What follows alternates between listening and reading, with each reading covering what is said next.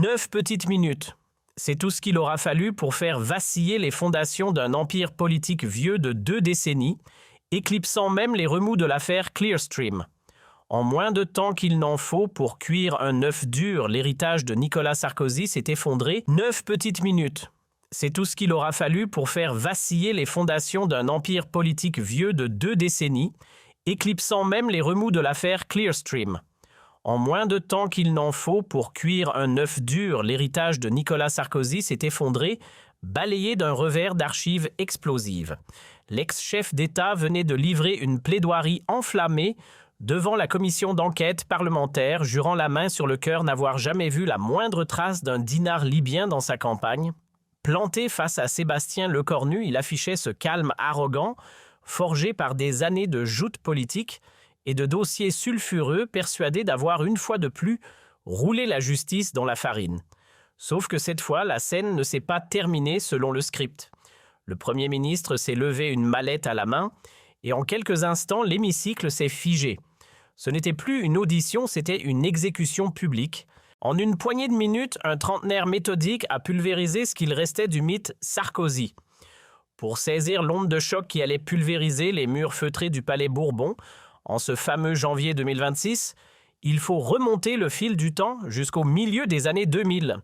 À l'époque, un certain Nicolas Sarkozy, ministre de l'Intérieur aussi ambitieux qu'un missile solaire, affûtait déjà ses armes pour s'emparer du trône de la République. Pendant ce temps, à Tripoli, un autre personnage haut en couleur, le fantasque et imprévisible Mouammar Kadhafi, tenait d'une main de fer ses barils de pétrole et ses fantasmes de grandeur. La France, elle tentait de sortir du congélateur diplomatique où l'avait plongé l'affaire du 10C10 d'UTA en 1991 et cherchait désespérément un moyen de se rabibocher avec la Libye. C'est là que Sarkozy flairait un coup triple. Le deal avec le dictateur offrait bien plus qu'un simple geste diplomatique, il y voyait un tremplin vers la stature internationale des milliards en contrats pour les fleurons français et cerises sur le couscous, une manne financière occulte pour nourrir son rêve élyséen. 3 objectifs. Un seul partenaire, Kadhafi. L'alliance contre nature se mettait en place dans les salons dorés d'un régime autoritaire qui, malgré les sourires, avait toujours une Kalachnikov à portée de main. Et c'est là qu'entre en scène un personnage sorti tout droit d'un thriller politico-financier, Ziad Takieddine. Mi-entrepreneur, mi-ombre portée, ce franco-libanais, au sourire trop bien huilé, navigue entre deals d'armes et entente trouble comme un poisson dans l'eau tiède des régimes autoritaires. Depuis les années 1990, ce baroudeur du business interlope cultivait une proximité dérangeante avec le régime de Kadhafi, devenant la courroie de transmission officieuse entre les valises de cash et les poignées de main officielles. Né à Beyrouth en 1950, l'homme s'est bâti un empire dans le négoce d'armes, ce secteur feutré où les intérêts d'État croisent les magouilles privées et où l'argent sale circule plus discrètement que les armes elles-mêmes. Dans son répertoire, un casting digne d'un sommet des Nations Unies, version underground généraux de République bananière, ministre européen, aux poches profondes, princesse perchée sur des pétrodollars et tyran de salon aux moustaches soigneusement taillées. Bref, un carnet d'adresses qui aurait fait pâlir James Bond ou Interpol.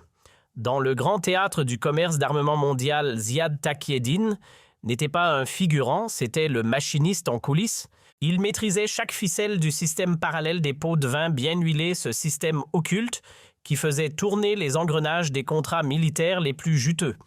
Son terrain de jeu, les deals XXL entre la République française et les autocraties en manque d'armement high-tech.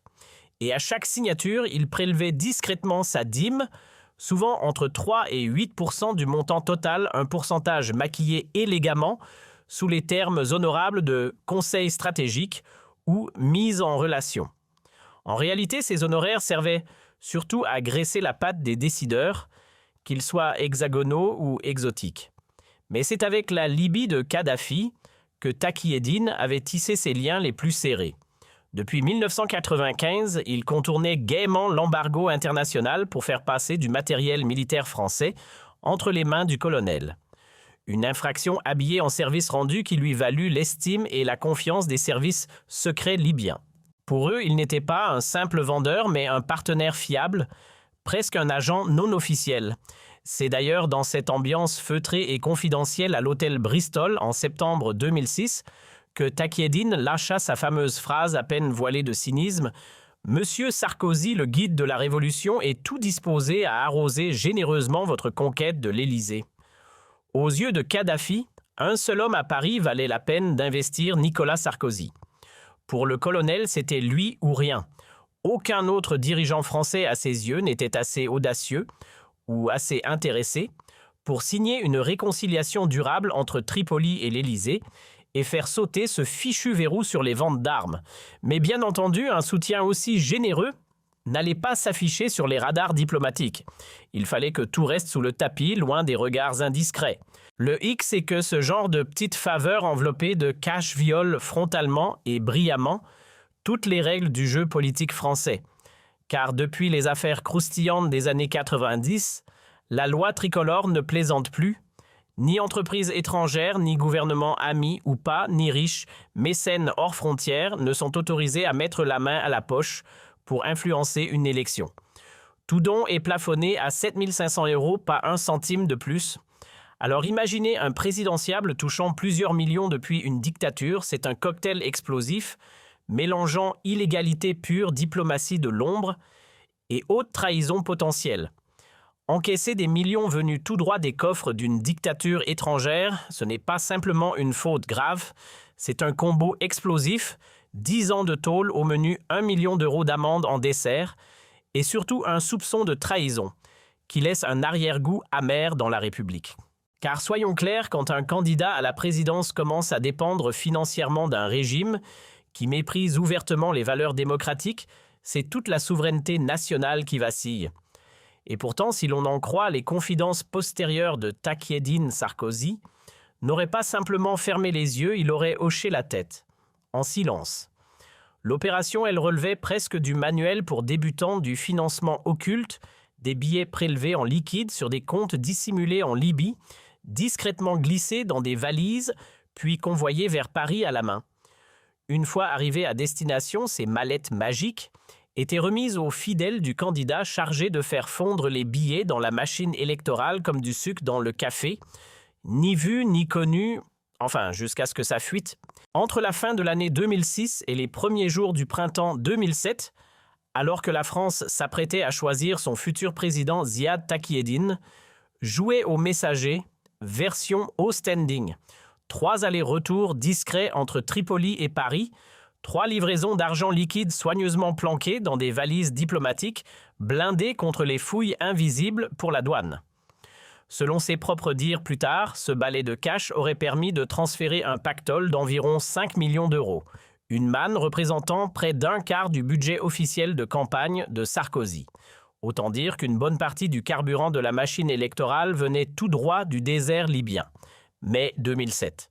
Nicolas Sarkozy triomphe dans les urnes avec 6 petits points d'avance sur Ségolène Royal. Une victoire nette fêtée avec faste aux Fouquettes dans une ambiance bling-bling qui passe mal auprès d'une France déjà crispée. Et puis à peine le temps de prendre ses marques à l'Élysée qu'en juillet, il déroule le tapis rouge à Mouammar Kadhafi lui-même. Oui, le dictateur. Celui-là même qui quelques mois plus tôt finançait peut-être ses ambitions. Le colonel débarque à Paris, plante sa tente bédouine en face du palais présidentiel, comme s'il campait chez un vieux pote, tollé immédiat dans les médias. Mais derrière la symbolique tapageuse, le message est clair, les comptes sont réglés. Les milliards d'euros de contrats conclus, Airbus Nucléaire Civil Pétrole pour Total, scellent non seulement un rapprochement diplomatique, mais aussi le remboursement version République d'un emprunt officieux venu du désert. Pendant près de 4 ans, le secret reste enfermé dans un coffre plus étanche qu'un sous-marin nucléaire. Une poignée de privilégiés seulement connaît la véritable provenance d'une part juteuse du trésor électoral de Sarkozy. Pendant ce temps, l'homme de la rupture trône à l'Élysée, distribue les réformes à coups de discours musclés et semble intouchable. Aucun nuage à l'horizon, du moins en apparence. Puis vient 2011. Et là, c'est le monde arabe qui s'embrase. Le vent de révolte souffle jusqu'à Tripoli, transformant les places en champs de bataille et les slogans en obus.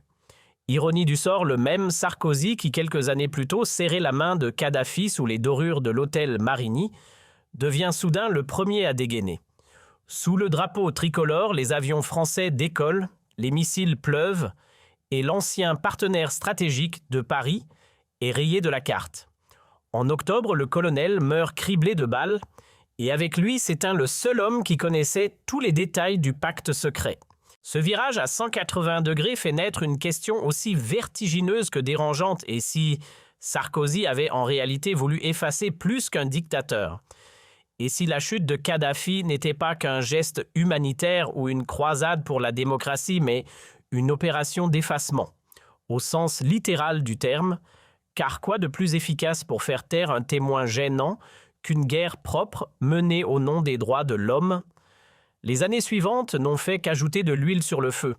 En 2012, quelques mois après la débâcle de Sarkozy face à François Hollande, le média Mediapart balance une bombe médiatique, un document confidentiel signé des services secrets libyens daté de 2006, où il est noir sur blanc question d'un financement de campagne à hauteur de 50 millions d'euros.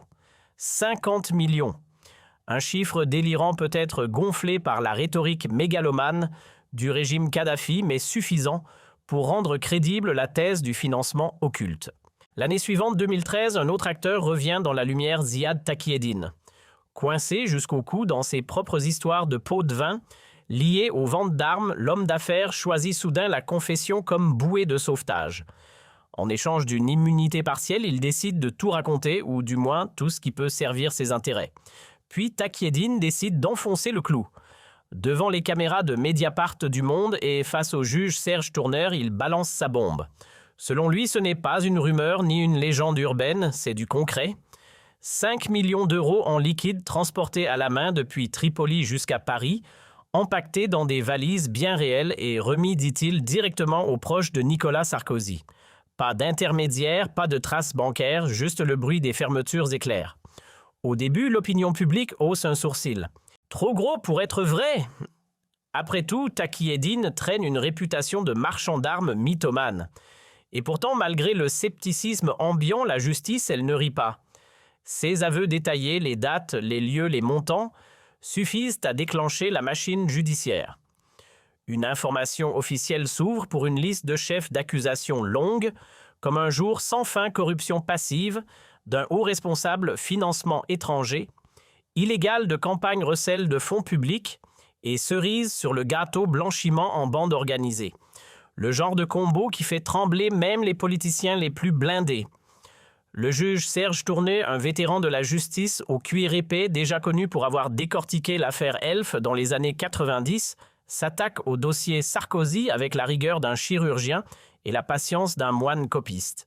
Pendant 7 longues années, il aligne les auditions comme d'autres, collectionne les timbres, plus d'une centaine de témoins, 23 000 documents passés au crible, des perquisitions menées aussi bien à Paris qu'à Tripoli, et une douzaine de juridictions étrangères sollicitées pour retracer les mouvements de cash libyens.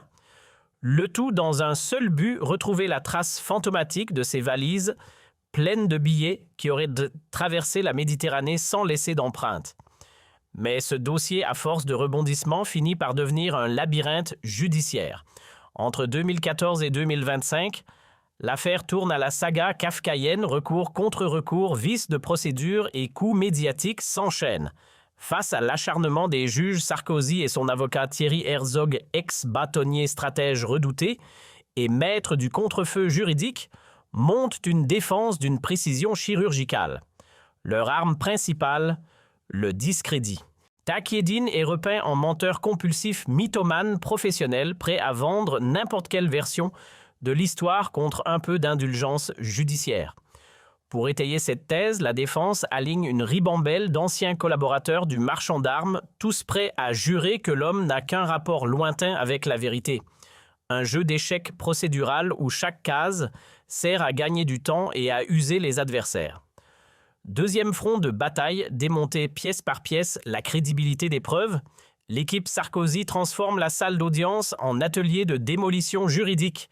Les documents libyens, des faux grossiers clament la défense rédigée par un régime à l'agonie en quête de vengeance posthume. Les relevés bancaires inexploitables arguent-on, puisque les banques libyennes ont disparu dans le chaos des bombardements. Quant aux témoignages des anciens dignitaires de Tripoli, ils sont réduits à de simples règlements de compte, de perdants des récits de ruines racontés par ceux que l'histoire a balayés. Mais ce n'est pas tout. Sarkozy et son armée d'avocats dégainent une autre arme plus technique mais tout aussi redoutable, la guerre procédurale. Le moindre vice de forme devient un bouclier, chaque irrégularité une tranchée.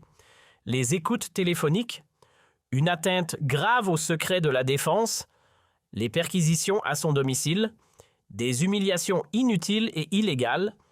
Rien n'échappe à la contestation. Chaque acte d'enquête est passé au tamis, attaqué, renvoyé devant la chambre de l'instruction. L'objectif est clair, épuiser la machine judiciaire avant qu'elle n'épuise le prévenu. 4e ligne de défense, submerger la justice sous un tsunami de procédures parallèles. Pendant que le dossier principal s'enlise, la défense ouvre des fronts secondaires partout. Plainte ici, diffamation là, recours à Strasbourg en prime. Une fuite dans la presse. On attaque les journalistes pour violation du secret de l'instruction. Mediapart publie un scoop. On leur colle un procès pour diffamation. Et pour couronner le tout, on saisit la Cour européenne des droits de l'homme dénonçant un procès inéquitable et médiatisé. Résultat, chaque action retarde l'autre et le grand procès devient un escargot judiciaire. Mais la confusion atteint un sommet quand Taqi Eddine, le témoin clé, décide de jouer les funambules. En 2020, depuis son exil doré au Liban, il retourne sa veste en direct. Dans une interview surprise à Paris Match, il déclare avec aplomb « J'ai menti. Les valises d'argent, pures inventions. » Sarkozy n'a jamais touché un centime. Stupeur générale.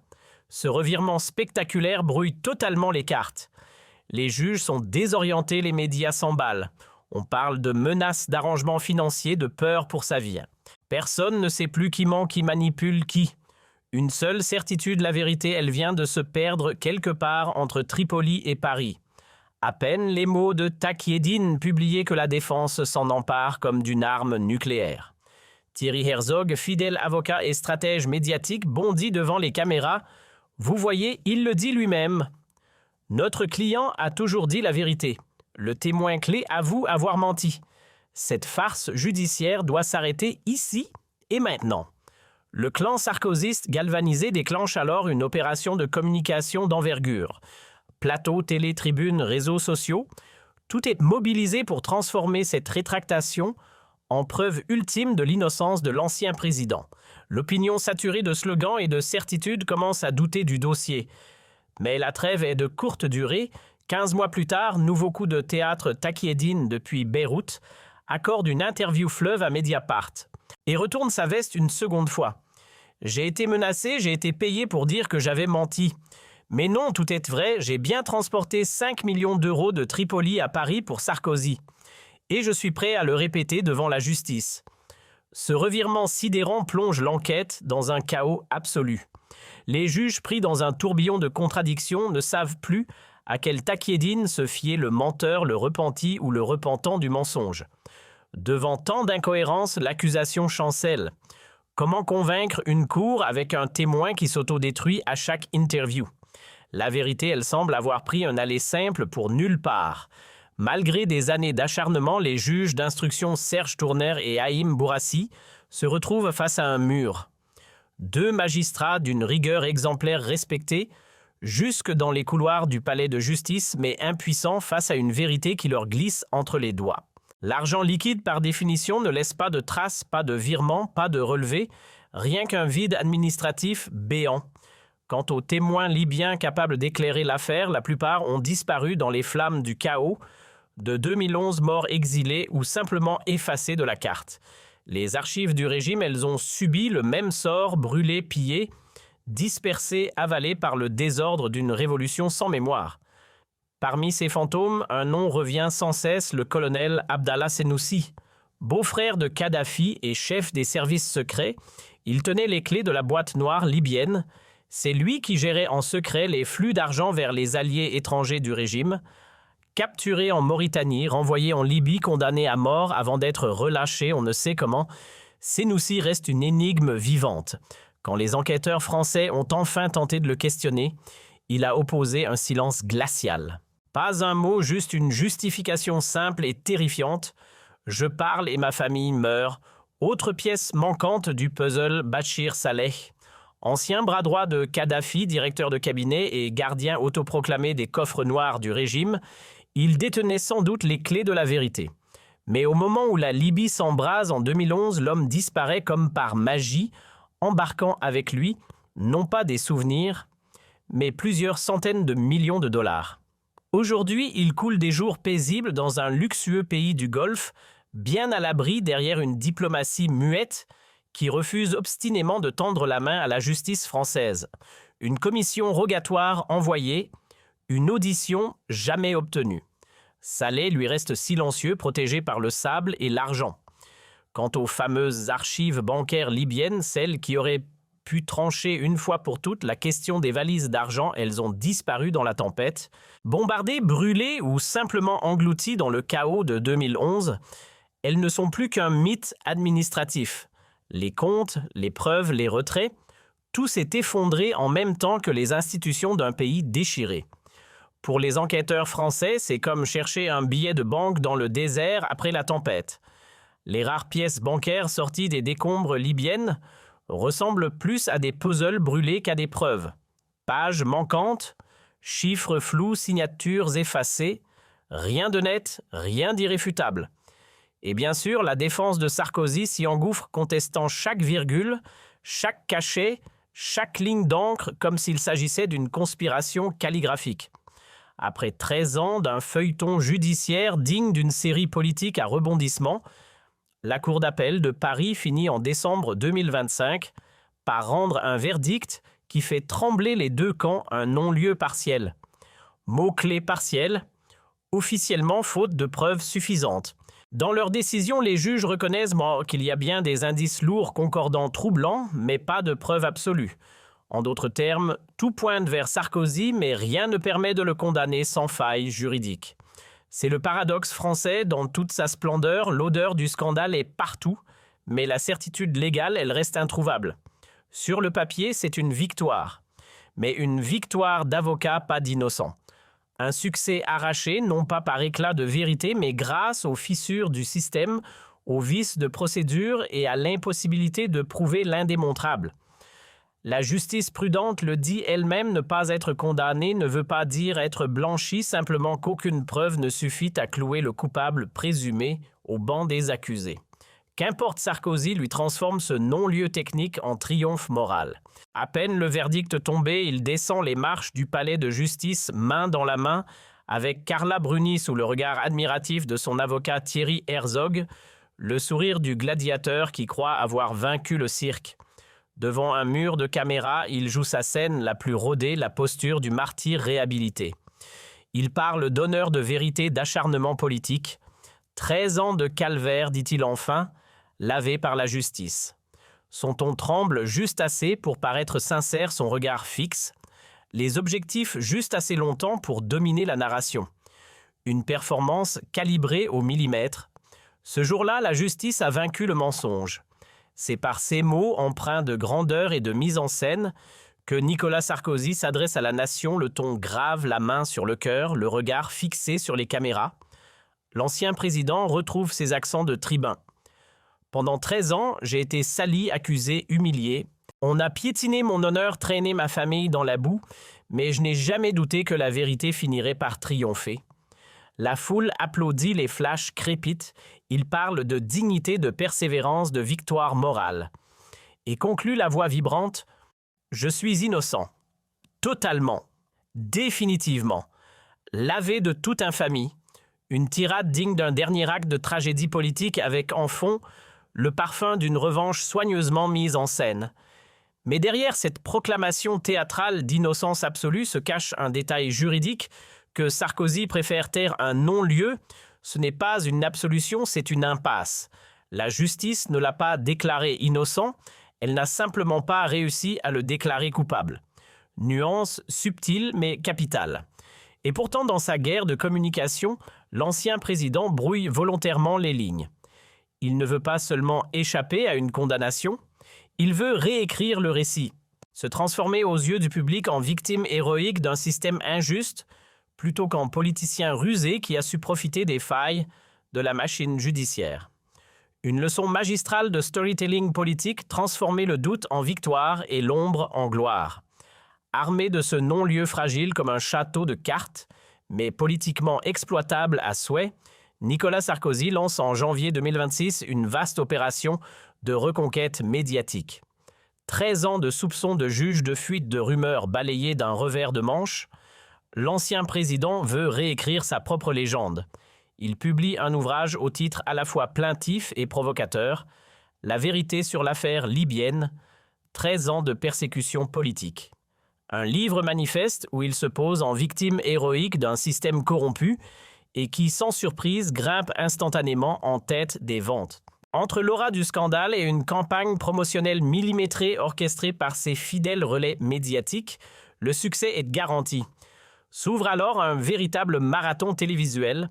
Sarkozy envahit les écrans comme un comeback star, 2 heures d'interview avec Jean-Pierre Elkabbach sur CNews, une soirée vérité sur TF1 face à Gilles Boulot, 12 pages d'entretien dans le Figaro Magazine et même un passage bien rodé chez Laurent Ruquier dans On n'est pas couché. Partout, il déroule le même scénario, celui d'un homme traqué par la gauche revancharde et leurs amis journalistes victimes d'un complot politico-médiatique d'une rare violence. Calme, ému, sûr de lui, il se met en scène en survivant du système. Un storytelling maîtrisé, calculé au millimètre, qui transforme un non-lieu en absolution morale. Derrière cette avalanche d'interviews et de déclarations triomphales, une stratégie limpide reprendre la main sur le récit avant les législatives de 2027. Les Républicains rêvent d'un retour en grâce et Sarkozy, même officiellement retraité, reste l'ombre portée de la droite française, un parrain politique dont un simple mot peut propulser ou pulvériser une carrière. Tout ce plan médiatique millimétré construit pour redorer son image et replacer son nom au centre du jeu ressemble à une partie d'échecs parfaitement calculée. Mais personne, pas même lui, ne voit venir le retournement à venir. Ce qui devait être une opération de réhabilitation deviendra bientôt un piège explosif. Car dans les coulisses du pouvoir, un autre scénario se prépare, et celui-là, Sarkozy n'en a pas la moindre idée. Le gouvernement Lecornu discrètement détient désormais ce que la justice n'a jamais pu obtenir en 13 ans, les preuves définitives. Pas des rumeurs, pas des témoignages fragiles, des faits bruts, tangibles, implacables. Des dossiers classés secret défense exhumés de Tripoli par les services français eux-mêmes des anciens cadres du régime Kadhafi, exfiltrés en secret et placés sous protection, prêts à parler. Et surtout, des enregistrements audio et vidéo arrachés directement aux archives ultra-confidentielles de la sécurité libyenne. Des images que personne n'aurait jamais dû voir. Ce que Sarkozy ignore encore, c'est que sa victoire médiatique vient tout juste de sceller le début de sa chute. Les preuves les plus explosives de l'affaire Sarkozy-Kadhafi n'ont pas été découvertes dans une salle d'audience, mais dans l'ombre. Des documents arrachés à l'histoire obtenus dans des conditions tellement exceptionnelles qu'ils n'auraient jamais pu être présentés devant un tribunal ordinaire. À cette époque, la Libye n'était plus qu'un champ de ruines politiques, 3 gouvernements rivaux des milices armées partout et un pays en lambeaux où chaque faction vendait des secrets aux plus offrants. Pendant que le monde regardait ailleurs, la DGSE, les services secrets français, lançaient une série d'opérations clandestines à haut risque. Objectif, récupérer les archives du régime Kadhafi avant qu'elles ne tombent entre les mains de Moscou, d'Ankara ou pire de groupes djihadistes. C'était une course contre le chaos. Parmi ces opérations secrètes, une mission porte un nom presque poétique, CIRO, mars 2023. Une équipe d'agents de la DGSE se glisse discrètement dans Tripoli, direction Bab al-Azizia, l'ancien palais-forteresse de Kadhafi, en partie réduit en poussière depuis des années. Sous 8 mètres de béton et de poussière, un bunker oublié. Là, dans des coffres militaires scellés intacts malgré le temps et les pillages, les agents trouvent ce que personne n'imaginait encore exister, des centaines de documents classifiés, des bandes audio, des disques durs. De véritables boîtes noires du régime contenant les conversations enregistrées entre les plus hauts responsables libyens et leurs mystérieux partenaires étrangers. Des voix, des visages, des noms. L'histoire venait de retrouver sa mémoire et Sarkozy son cauchemar. Comme tout bon autocrate obsédé par le contrôle total, Mouammar Kadhafi ne laissait rien au hasard. Chaque transaction, chaque rencontre, chaque valise d'argent échangée avec un partenaire étranger était soigneusement enregistrée, classée, archivée. Dans son esprit, ce n'était pas de la paperasse, c'était une arme. Une collection de compromates, ces dossiers explosifs, capables de faire tomber n'importe quel dirigeant étranger un peu trop confiant. Pendant 4 décennies, le Guide de la Révolution a ainsi bâti une véritable bibliothèque du chantage international, un arsenal de secrets politiques et financiers impliquant des présidents, des rois, des ministres, des patrons de multinationales. Bref, la mémoire sale du pouvoir mondial. Et dans cet inventaire du scandale, le nom de Sarkozy figurait, paraît-il, en lettres bien lisibles. Dans ce trésor exhumé se trouvaient plusieurs fichiers centrés sur une opération libyenne au nom codé, un peu abscon l'affaire qui visait à financer la campagne présidentielle de Nicolas Sarkozy. Le lot retrouvé formait un dossier volumineux, quelques centaines de pages, rassemblant actes administratifs, notes griffonnées à la main, mandats de transfert, rapports de renseignement et comptes rendus de réunion. Tout y est consigné dans le moindre détail montant, vers ces dates précises intermédiaires impliquées circuits financiers empruntés et bénéficiaires finaux. Autant d'éléments qui, mis bout à bout, décrivaient la mécanique complète d'un financement clandestin. 15 janvier 2026. Sous les dorures feutrées de l'Assemblée nationale, Nicolas Sarkozy obtient ce qu'il voulait depuis des mois, la création d'une commission d'enquête parlementaire sur le supposé financement libyen de sa campagne. Une tribune en or taillée sur mesure pour son grand retour médiatique. Convaincu qu'il peut y livrer la plaidoirie de sa vie, l'ancien président accepte de comparaître le 20 janvier. Son objectif, clore le débat une fois pour toutes, laver publiquement son nom, prouver que 13 ans d'accusation n'étaient qu'une gigantesque manipulation. Ce qu'il ignore totalement, c'est qu'à Matignon-Sébastien Lecornu a d'autres plans. Le Premier ministre ne veut plus du silence ni des demi-vérités.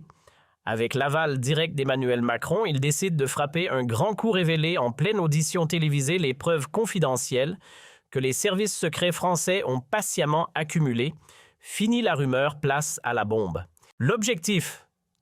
En finir une bonne fois pour toutes avec l'affaire libyenne, quitte à faire exploser la VE République dans le processus. 22 janvier 2026, 15 heures pile. L'Assemblée nationale déborde de journalistes, les caméras sont braquées, les flashs crépitent. Et au centre de cette tension électrique, Nicolas Sarkozy fait son entrée. À 61 ans, il avance avec ce mélange d'assurance et de fébrilité qui a toujours marqué ses apparitions publiques. Costume sombre, regard perçant, démarche nerveuse, l'ancien chef de l'État semble prêt à rejouer son plus grand rôle, celui de l'homme injustement accusé. Il s'installe, ajuste sa cravate, puis entame son discours d'une voix ferme, presque théâtrale. « Mesdames, messieurs les députés, si je suis ici aujourd'hui, c'est par choix. Je veux que la vérité soit dite une bonne fois pour toutes. Non, je n'ai jamais reçu le moindre euro du colonel Kadhafi ni de son entourage. Tout cela n'est qu'un tissu de mensonges, d'inventions et de manipulations. » Le ton est posé, maîtrisé, presque messianique. Dans l'hémicycle, on retient son souffle. Sarkozy, encore une fois, joue sa légende. 25 minutes, chrono. Sur scène, un véritable one-man show sarkozyste. Tout y passe, la posture du martyr, la rage contenue, la morale indignée et les phrases percutantes, livrées avec cette fougue théâtrale dont lui seul a le secret. Sarkozy alterne les uppercuts verbaux et les tirades héroïques. Les juges des zélés sans boussole, les médias des faussaires en quête de buzz, Taki Eddine, un escroc de bas étage prêt à vendre sa parole contre une promesse d'immunité. Quant aux documents libyens, il les balaie d'un revers de main, les qualifiant de faux grossiers montés par les sbires de Kadhafi. Et puis vient le final calibré comme un discours de victoire. J'ai été président de la République française. J'ai servi la nation avec loyauté et respect. Personne, je dis bien personne, n'a le droit de piétiner mon nom avec des mensonges et des manipulations. La vérité, tôt ou tard, gagne toujours. Et aujourd'hui, elle gagne. Je suis innocent. L'hémicycle explose en applaudissements, les caméras se bousculent, les flashs crépitent. Sarkozy, visiblement ému, savoure ce moment comme s'il venait de reconquérir l'Élysée. L'hémicycle bruisse encore des applaudissements quand le silence retombe lourd, presque solennel. Les Républicains savourent l'instant Sarkozy vient de marquer un but politique en pleine lucarne. Dans les travées, les analystes griffonnent déjà les titres de leur future chronique, le grand retour du phénix Sarkozy. Tout semble joué. Mais soudain, un mouvement inattendu vient geler l'atmosphère. Sébastien Lecornu. Premier ministre lève la main, il demande la parole. Le président de la commission hésite. Un chef de gouvernement qui intervient en séance publique, c'est rarissime. Mais impossible de refuser. L'air devient lourd. Lecornu se lève lentement, ouvre sa serviette en cuir noir, s'avance vers le pupitre. Il fixe Sarkozy d'un regard glacial avant de lâcher d'une voix calme et tranchante comme une lame. « Monsieur l'ancien président, merci pour cette leçon magistrale de rhétorique. On pourrait même dire de l'art du déni. Mais aujourd'hui, la vérité que vous invoquez si fièrement va enfin être exposée. Et malheureusement pour vous, elle ne vous absout pas, elle vous condamne. » Un frisson parcourt la salle. L'attaque est directe, brutale, chirurgicale. Sarkozy, pris de court, se fige. Les députés, eux, n'osent plus respirer. L'histoire vient de basculer. Vous soutenez n'avoir jamais touché un centime venu de Tripoli, lance Lecornu d'une voix aussi froide que l'acier. Il ouvre lentement sa serviette noire, en sort une chemise marquée d'un code Will 106-147. Voici Monsieur Sarkozy, un document saisi par nos services dans les archives personnelles du colonel Kadhafi. Il marque une pause, laissant le silence peser sur la salle.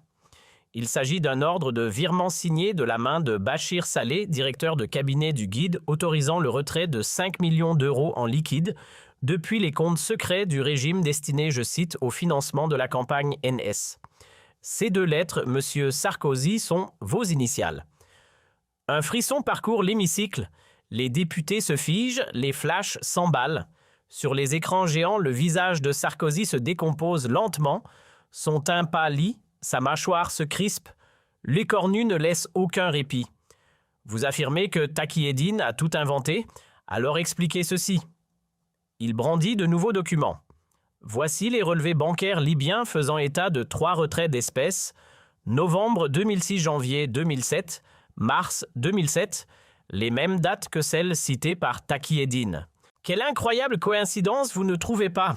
Sarkozy tente de couper. Monsieur le Premier ministre, je vous interdis de... Mais Lecornu implacable l'interrompt sans hausser le ton. Non, monsieur Sarkozy, cette fois c'est vous qui allez écouter. Et il se remet à parler méthodique, tranchant comme un chirurgien qui dissèque une légende politique vivante sous anesthésie publique. Mais ce qui va achever Sarkozy, c'est ce qui suit.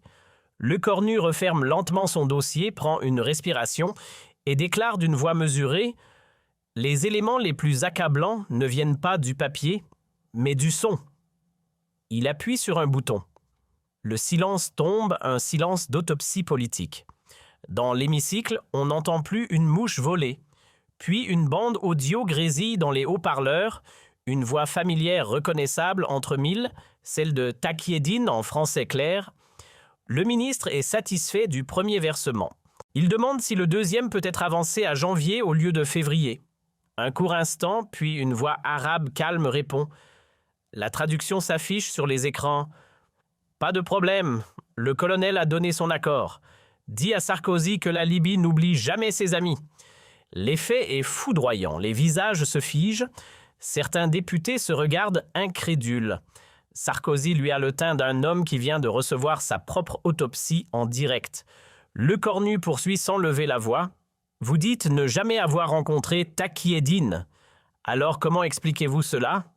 Sur les écrans géants s'affichent les images de vidéosurveillance de l'hôtel Raphaël, 4 mars 2007, 22h30, entrée discrète de Nicolas Sarkozy. 22h42, arrivée de Ziad Taqi-Eddine. 47 minutes passées ensemble dans la suite 401. Lecornu se tourne vers lui, le regard dur. « Que faisiez-vous là, monsieur Sarkozy ?» Une partie de belote.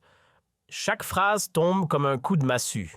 L'ancien président tente de garder contenance, mais ses gestes le trahissent. Il cligne trop souvent des yeux, son sourire crispé se fige.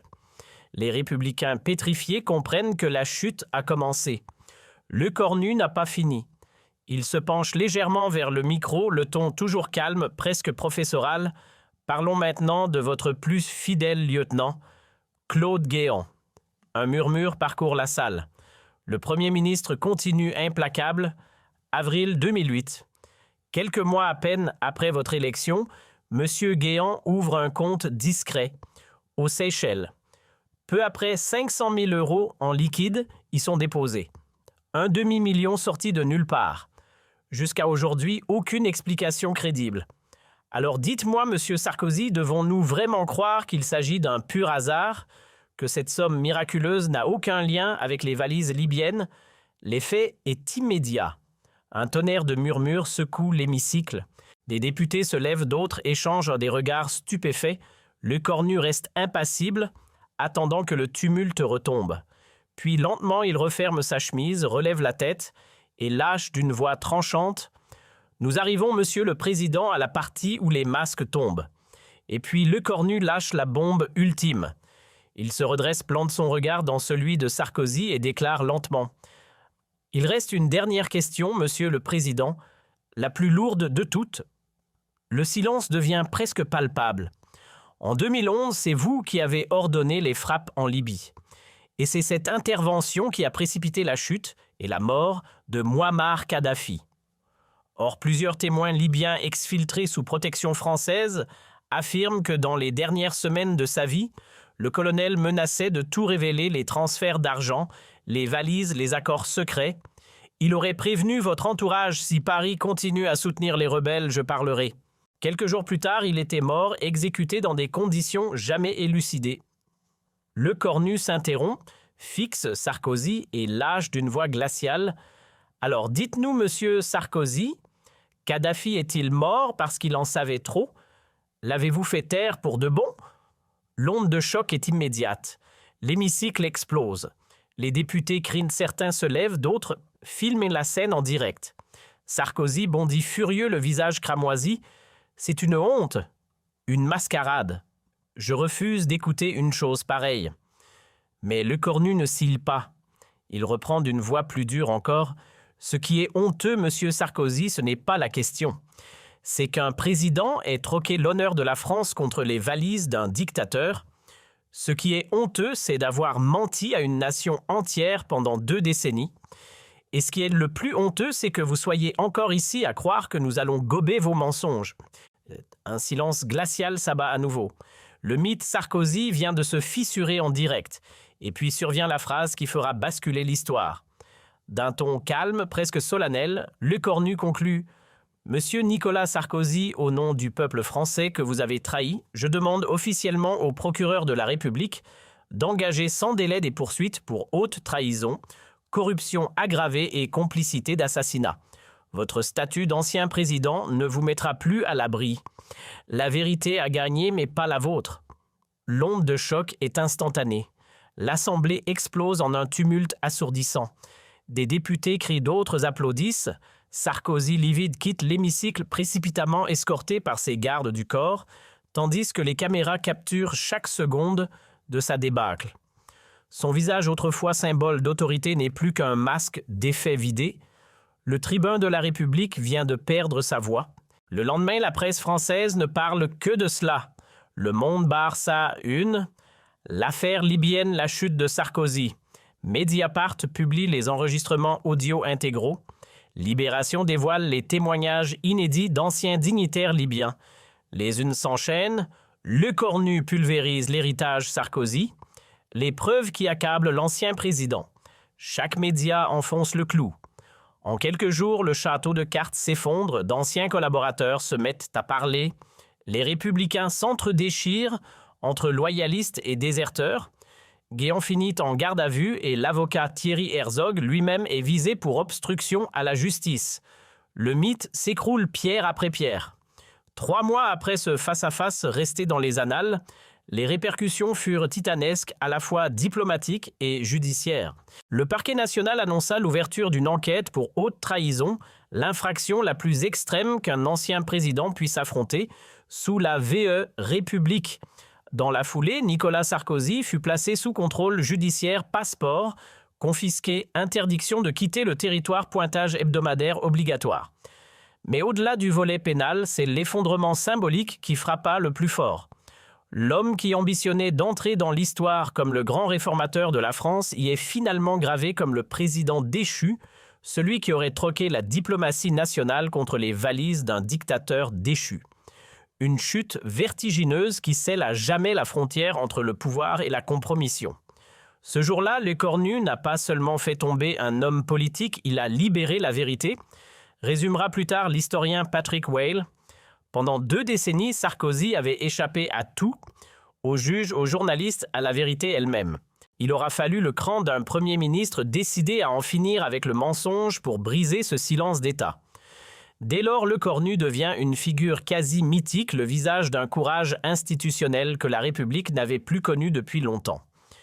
Son discours du 22 janvier 2026 est désormais disséqué dans les universités de droit et de sciences politiques, présenté comme un modèle d'intégrité, de maîtrise et d'audace républicaine. Les manuels d'histoire retiendront qu'un homme de 39 ans debout face à un ancien président a infligé une défaite morale et judiciaire irréversible à l'un des dirigeants les plus